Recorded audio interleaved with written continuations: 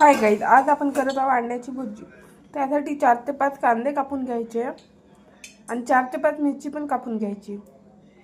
तडका द्यासाठी तेल गरम व्हायला ठेवलं आहे। तेल गरम झाल्यानंतर त्यात जिरं टाकायचं,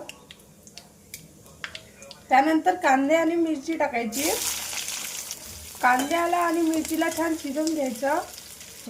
त्यानंतर थोडंसं लसूण पेस्ट टाकायचं, त्याला छान मिक्स करून घ्यायचं। त्यानंतर धना पावडर टाकायचा, नंतर जिरा पावडर टाकायचा, त्याला छान मिक्स करून घ्यायचं। त्यानंतर अर्धा चमच हळद टाकायची,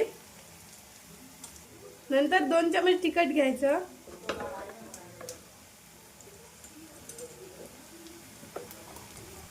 नंतर 1 चमच मीठ टाकायचं, नंतर त्याला छान मिक्स करून घ्यायचं।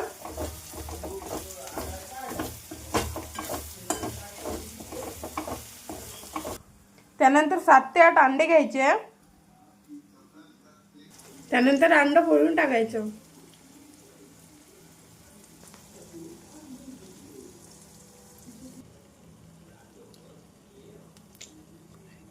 अंडे टाकल्यानंतर त्याला छान मिक्स करून घ्यायचं।